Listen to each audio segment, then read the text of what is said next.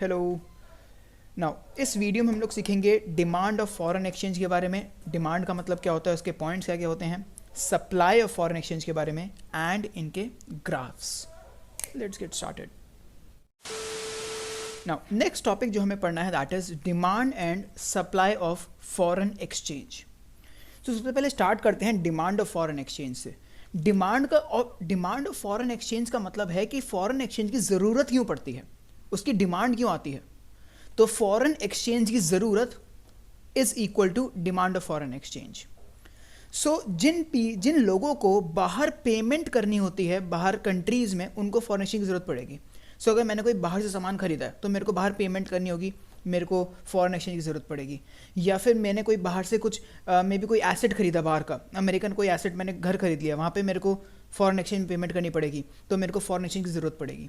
तो मैं बैंक के पास जाऊँगा या फिर कोई ऐसे फॉरेक्स इंस्टीट्यूशंस होते हैं जो मुझे पैसों के बदले INR के बदले फॉरेक्स प्रोवाइड करेंगे और फिर मैं उस फॉरेक्स से पेमेंट करूँगा। सो फॉरेक्स की ज़रूरत क्यों क्यों पड़ती है, that is demand of foreign exchange. ना इसको रीड करते हैं, easy. So people need an exchange to make payments. Actually people need foreign exchange to make payments. So people need foreign exchange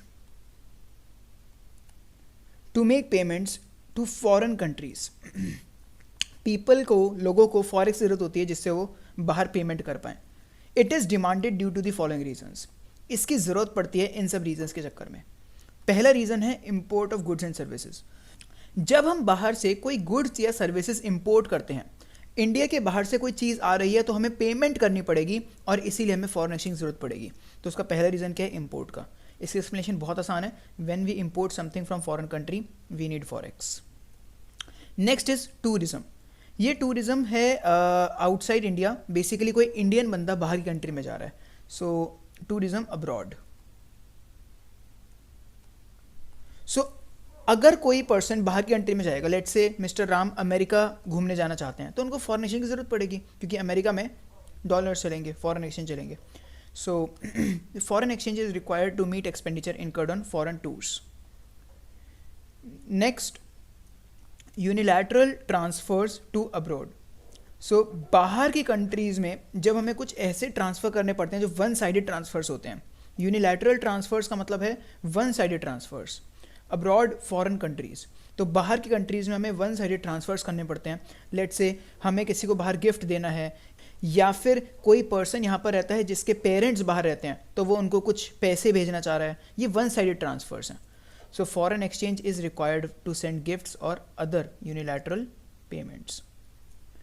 next, purchase of assets in foreign countries. अगर हम बाहर की countries में assets खरीदेंगे तो हमें पैसे की ज़रूरत पड़ेगी, फॉरेन एक्सचेंज की ज़रूरत पड़ेगी।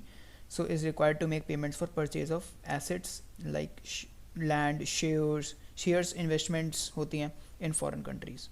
Speculation मतलब होता है बेसिकली गैम्बलिंग, जुआ, और फॉरेक्स में स्पेकुलेशन चलती है। फॉर एग्जांपल मैं इसको एग्जांपल समझाता हूँ। लेट्स से आज है $1.70 का।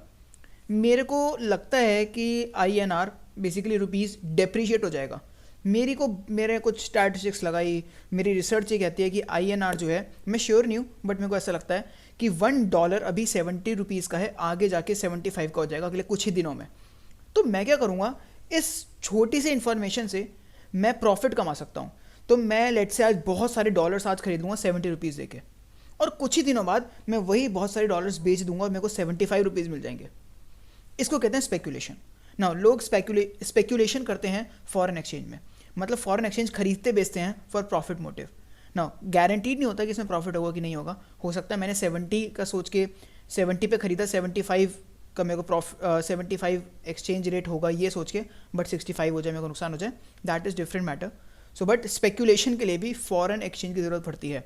अगर मेरे को कुछ स्पेकुलेशन करनी है, मेरे को प्रॉफिट के लिए कुछ सॉर्ट ऑफ गैम्बलिंग करनी है, तो मेरे को फॉरेन एक्सचेंज की ज़रूरत पड़ेगी ही पड़ेगी।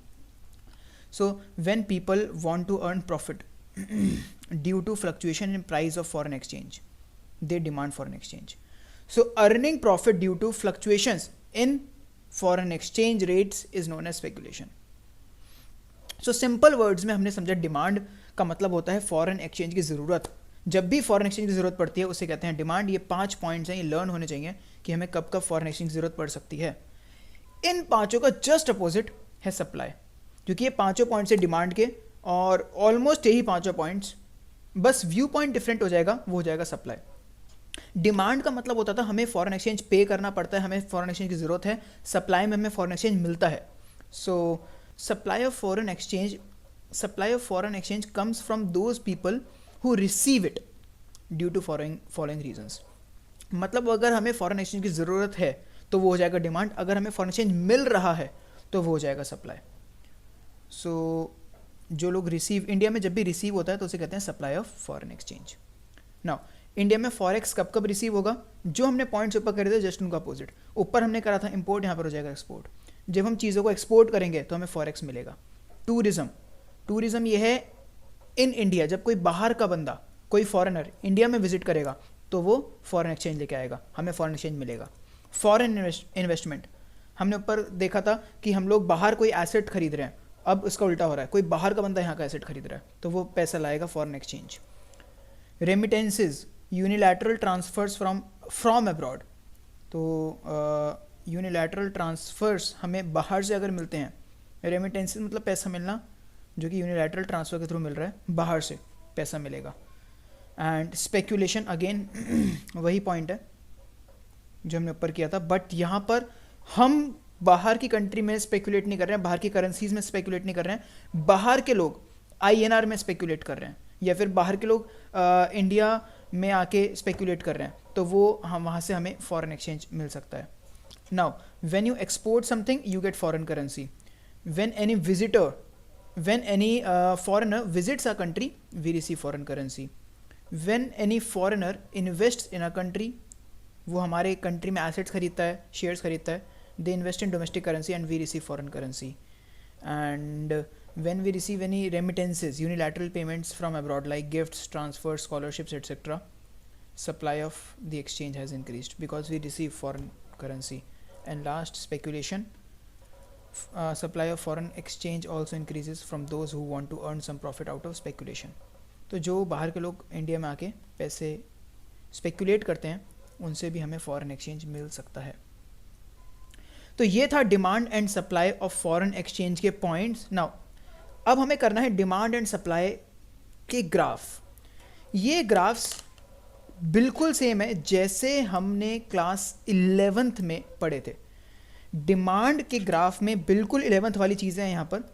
जो प्राइस होता है बेसिकली यहाँ पे हो जाएगा रेट ऑफ फॉरेन एक्सचेंज, वो आएगा वाई एक्सिस पर, क्वांटिटी आएगा एक्स एक्सिस पर, एंड ये डिमांड में था, सेम चीज़ सप्लाई में।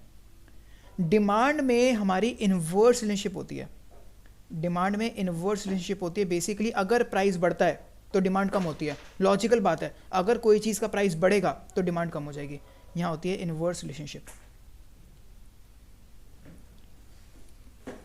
प्राइस और डिमांड में इन्वर्स रिलेशनशिप होती है और प्राइस और सप्लाई में डायरेक्ट रिलेशनशिप होती है, तब इसका ग्राफ अपवर्ड स्लोपिंग बनता है। सिंपल वर्ड्स में अगर प्राइस बढ़ेगा तो सप्लाई भी बढ़ेगी, काफ़ी लॉजिकल बात है। ये लॉ ऑफ डिमांड था, लॉ ऑफ सप्लाई था, 11th में काफ़ी डिटेल में इसको करा हुआ है। नाउ इसको थोड़ा सा एक बार फिर भी स्टिल ग्राफ से थोड़ा समझते हैं। गाइज आप यहाँ पे देखिए, पहले था P था हमारा प्राइस, तो हमारी क्वांटिटी थी Q, तो हमारा ये वाला पॉइंट था। नाउ अब जैसे ही प्राइस बढ़ गया तो क्वांटिटी ऑफ कोर्स कम हो गई है, प्राइस यहाँ से ऊपर की तरफ गया है, क्वांटिटी कम हो गई है, सो ऑटोमेटिकली नया पॉइंट यहाँ पर बन रहा है, एंड दैट इज वाई बन रहा है डाउनवर्ड स्लोपिंग ग्राफ, क्योंकि यहाँ पे इनवर्स रिलेशनशिप है, प्राइस के बढ़ने से क्वांटिटी कम हो रही है। यहाँ पर पहले प्राइस था P, क्वांटिटी थी Q, अब प्राइस हो गया P1, प्राइस बढ़ गया तो क्वांटिटी भी बढ़ गई, तो पहला पॉइंट इधर था एंड सेकंड पॉइंट और ऊपर जा रहा है, तो ये कनेक्ट करेंगे तो ये हमारी अपवर्ड स्लोपिंग लाइन बन रही है। तो ये है प्राइस और सप्लाई के ग्राफ। नाउ इसको हम एक तरीके से और समझते हैं, फॉरेन एक्सचेंज रेट का बढ़ना हो जाएगा जैसे लेट्स से पहले था $1 इक्वल्स ₹70, अब हो गया $1 इक्वल्स ₹75। तो ये यहाँ पे एक्सचेंज रेट इंक्रीज हो रहा है, फॉरेन एक्सचेंज रेट इंक्रीज हो रहा है। Now this is a case of depreciation of foreign exchange, क्योंकि हमारी डोमेस्टिक करेंसी तो डेप्रिशिएट हो रही है, नाउ यहाँ पे रेट इंक्रीज हो रहा है, ये इंक्रीज इन रेट है, यहाँ पे रेट हमारा इंक्रीज हो रहा है। रेट इंक्रीज होने से हमारी करेंसी डेप्रिशिएट हो जा रही है, जैसे इस एग्जांपल में आ रहा है। अगर करेंसी डेप्रिशिएट होती है तो इम्पोर्ट्स कम हो जाते हैं। अगर करेंसी डेप्रिशिएट होती है तो हमारे इम्पोर्ट्स कम हो जाते हैं, जैसे हमने इसको पहले भी समझा था। यहाँ पर करेंसी डेप्रिसिएशन से इम्पोर्ट्स को नुकसान होता है, इम्पोर्ट्स कम हो जाते हैं। अगर इम्पोर्ट्स कम हो रहे हैं तो इम्पोर्ट्स से डिमांड होती है देश में, तो ऑटोमेटिकली डिमांड भी कम हो रही है। तो यहाँ पे हमारी रेट बढ़ने से automatically depreciation of foreign currency हो रही है, इससे इम्पोर्टर्स को नुकसान होता है। एक एग्जांपल के थ्रू मैं समझा रहा हूँ, इम्पोर्ट्स कम हो जाते हैं एंड ऑटोमेटिकली ये शो कर रहा है कि हमारी जो डिमांड है वो कम हो जाती है।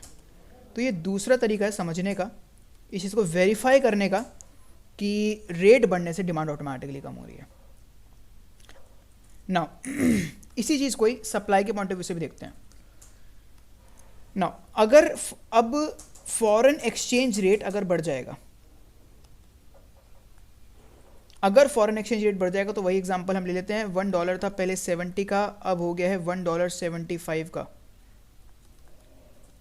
So this is depreciation. अब हमें सप्लाई का सोचना है। सप्लाई मतलब है एक्सपोर्ट्स, एक्सपोर्ट से सप्लाई होती है, तो डेप्रिसिएशन से एक्सपोर्ट्स का फर्क पड़ता है। डेप्रिसिएशन से एक्सपोर्ट्स बढ़ जाते हैं।